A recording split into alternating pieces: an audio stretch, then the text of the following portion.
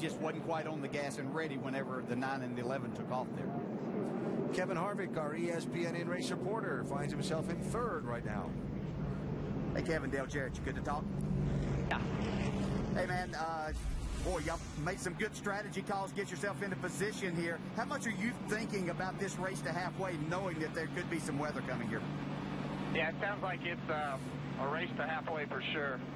And then you just kind of go from there. So my brother's pizza car is a little too tight right now, but we'll see what we can do on this restart. Hopefully get back to the top. Hey, Kevin, how much did you see much difference in this track? We talked about that at the start of this race versus what you have right now. Not really. I think everybody expected it to be around the top, but it's really fast up there. The bottoms, you just got to get off of the bottom as soon as you can in the first 3 or 4 laps. Okay, thanks for calling. Good luck. Stay low.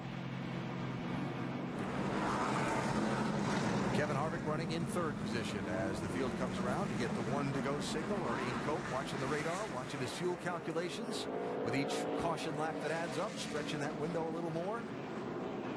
And here they come now to begin to double up for yet another restart. Just joining us, we're NASCAR Nationwide Series racing at the world's fastest half mile, the high-banked Bristol Motor Speedway in East Tennessee, where the race was delayed as a rain shower fell just before the scheduled start of pre-race ceremonies. About 50 minutes after they were scheduled, the engines fired, and we've been racing now, though in rather halting fashion. Cautions at lap 42, 60, 85, and 94 have slowed the pace of this one. Kyle Busch led the opening 63 laps before his first pit stop. Strategies played by others vaulted them ahead of Busch, who now sits in the 5th position. And we're doubled up again with Chase Elliott, now the third different leader of this race. He took the lead from Elliott Sadler after the last restart. Now Chase choosing the outside lane, Sadler down to the inside with Kyle Larson rebounding from a tough pit stop earlier to be on the outside of row 2. Chase Elliott really spun the tires right there.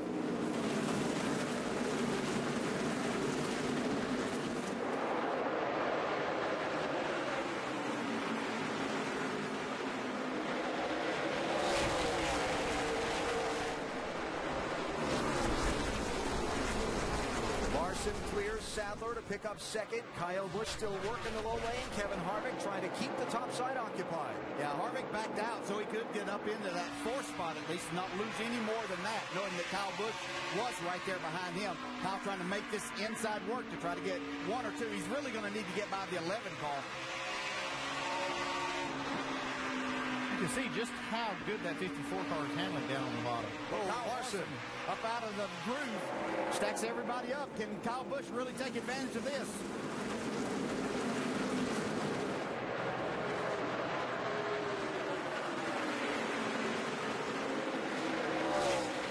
Going to get in line ahead of Sadler. Well, that was big right there. That was a great move.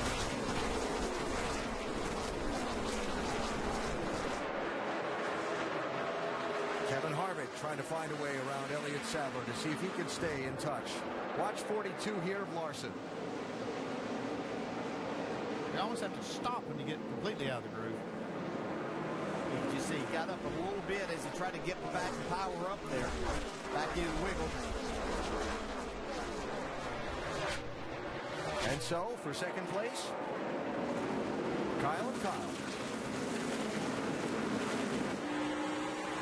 Kyle Busch does have a little advantage here with the 4 tires that they elected to take.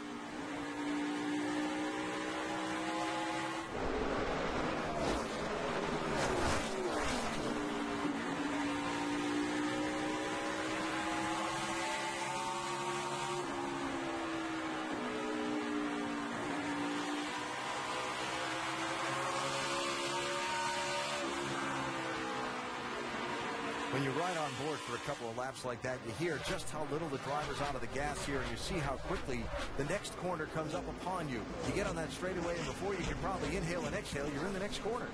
Yeah, it's just a full night's work in doing this. And turning laps around here under 16 seconds. And you're just working so hard through the corner, and with the amount of banking that is here, it's a very physical night. 10th place here, Brendan Gaughan, 62, clearing Trevor Bayne in 6. Hello, I gave you a break there. And now Bain, challenged by young Eric Jones in the 20. Yeah, the youngster here handles this situation. Yeah, Ryan Blaney, 22 there, trying to make up some lost ground. Remember, he started on the front row.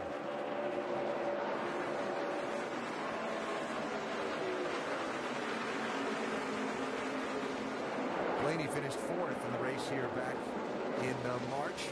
Of course, big week for Ryan Blaney last week. Announced he'll be driving the Wood Brothers car in the NASCAR Sprint Cup Series next year for what's planned at this point to be about 15 races. Trouble. Cars around in turn 1. 44, David Starr was first to go around, then Chad Boat in the 84. And the other car involved up there the back of us. piled in. 14. Tanner Berryhill in the 17.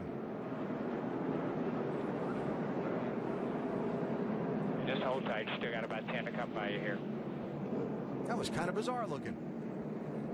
And things just happen so quickly here.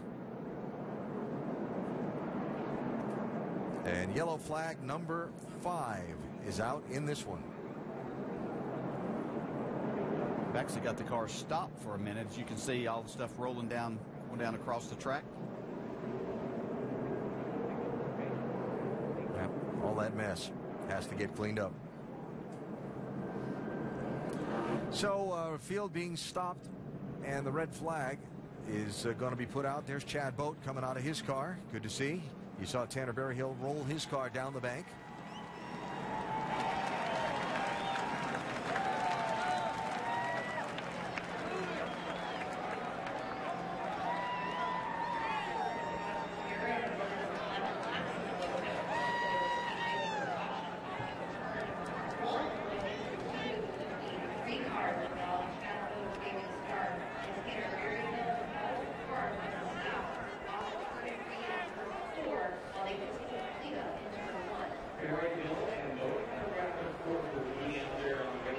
Not the first time we've seen the frustrations of things happening fast here at Bristol. Chad Boat and Tanner Berryhill having that conversation.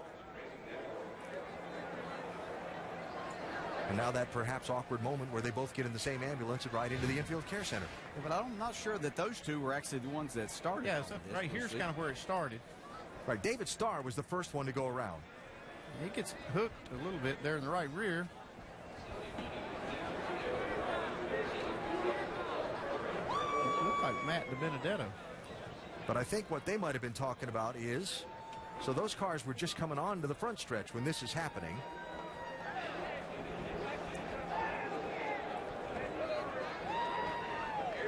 So you can't even see 17 and 84 in the frame there. And as we like to say jokingly sometimes, wait on it. It looks like more than likely the 84 was trying to maybe slow down and maybe possibly got hit from behind or either just locked the brakes up.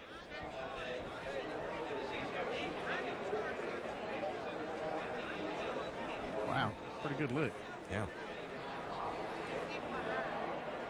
Don't really see anybody around him that could have hit him, so it looks more like he just didn't get slowed down.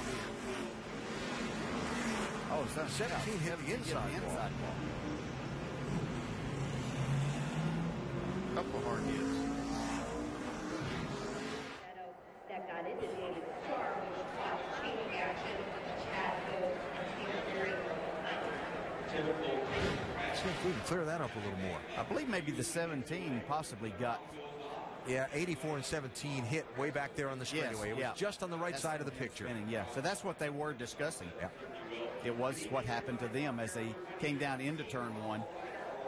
Like the 84 maybe had seen this happening, slowed, and the 17 couldn't avoid him the first time. Hard hit. Yeah. Glad everyone's okay. Very much. So, red flagged. Watch again and look all the way over on the right side of the screen. And you're going to see it's probably right behind the Sunoco sign. Right there. Coming out from behind the Sunoco sign. All the way over here.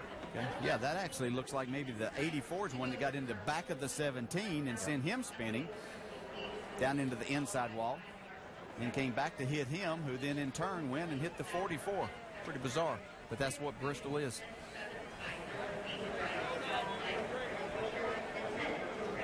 And looking all the way at the top of the screen here in this one. Right there. That's start-finish line, yep. So there you go. From inconclusive to conclusive. We've got it. Or as conclusive as things get here in Bristol. I can conclude this. The red flag is out, and the race is stopped short of halfway.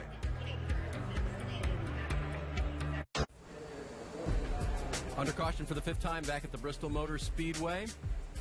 Cleaning up a mess on the track. Several cars involved, and NASCAR taking the time to make sure things are safe before they get back to racing. Hey, check out NASCAR.com/RaceBuddy to catch all the enhanced race action live from right here at Bristol Motor Speedway. 5 cautions, 111 laps completed. Chase Elliott, our current leader. Dave Burns, Rusty Wallace, Brad Doherty joining you from inside the pit studio. Rusty, what are you seeing out there tonight so far? I tell you, I was really impressed with that last restart with Chase Elliott. I mean, he really came to the gearbox and cleared those guys, and he was on the bottom of that racetrack, and we talked a long time about, hey, you cannot clear him. But, I mean, you watch Elliott saddle here. I'm sorry. He's on the outside of the racetrack. Elliott gave him a real fit on that restart, run side by side with him. And you see Elliott was way out there, and all of a sudden Chase just mats that throttle, gets a good grip, gets in front of him, getting down into turn 3 right here. And it didn't look like that was going to happen. So Chase has really learned a lot. He's got some good restarts going on. But I'll tell you, it's a definite fight for the bottom to the top. It's going to be a battle at the very end because these guys running around at the bottom of the racetrack that can't seem to get to the top are getting very, very frustrated. Yeah, they do get frustrated. I think one of the biggest things for me is I thought we would see these types of incidents as we got towards the end of the race. I mean, we're really having a tough time running consistent laps here. And, you know, that high line is such a hard groove to get into. If you get out of that groove, I think during the end of this race, some of these really fast cars are going to have to bump and run and give themselves some room like we saw earlier with Kyle Larson and Chris Buescher. Sometimes somebody gets you out of the groove, right? I just think here's how Larson did it. You see Kyle, he gets a good run into the corner, and Chris is just a little bit loose. He has to go ahead and move him just a little bit, get him out of shape so he can take the spot from him, and I think that we're going to see more of that as the race. Yeah, we're always seeing a bump and run on the bottom of the racetrack, generally getting through and hit the guy, knock him up the racetrack, and now he's already at the top of the track, and you hit him, you get him out of shape, and you make the pass. I agree with you guys. They got to start planning their pass late in this race already because, like I said, frustration is setting in right now. We're only 112 laps into this race, and these drivers are already thinking, what can I do to get around the other guy? What can I do to get around it late? And now what's on their mind is the weather coming. They got a sense of urgency. They got to get it done now. Their brain's really thinking. They're getting nervous. Spotters are telling them, look at the rain right here, guys. It's coming right now. We're at 112.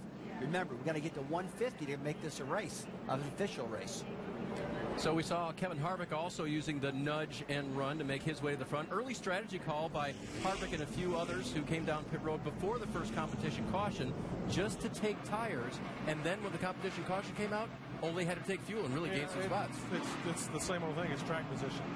You know, we never really thought we'd come to Bristol and see it be all about track position, but you just cannot give up spots on the racetrack because you can't get them back. So you got to take some chances, take some gambles on pit road. That's exactly what happened. Let's get an update from down on pit road. Jamie Little. Well, Chad Boat has been checked and released. Big hit for you. What did you see happen? I'm not exactly sure. I know I saw the 17 go high and try to miss the load and miss the 44 when he got in the fence, and it felt like I just got ran into the back, but it's hard to say. Everything happened so fast out there. That's kind of just what I felt, that I got ran into the back and then ended up into the 17 or whoever it was. So it's unfortunate for us. CorvetteParts.net car was, we were all right. We were working on it. Obviously just want to thank CorvetteParts.net, front row tailgating, Nationwide Insurance Series for sponsoring the series and giving us this opportunity. And we'll be back at Richmond. All right. I'm glad you're okay. Alan? Got some pit stops here, Jamie, under this caution flag. Another strategy call by Ernie Cope. Kevin Harvick called in from 5th place. I have to say that with that strategy call, they just don't think were good enough to win the race where they were. So I hope it doesn't rain. More cars in on the front stretch pit, Doc. Trevor Bayne in to make an adjustment. His car likewise wasn't as good as they wanted it to be. It had been tight middle, and they wanted to come in and go ahead and put 4 tires on it and make an adjustment to be able to get the car to turn.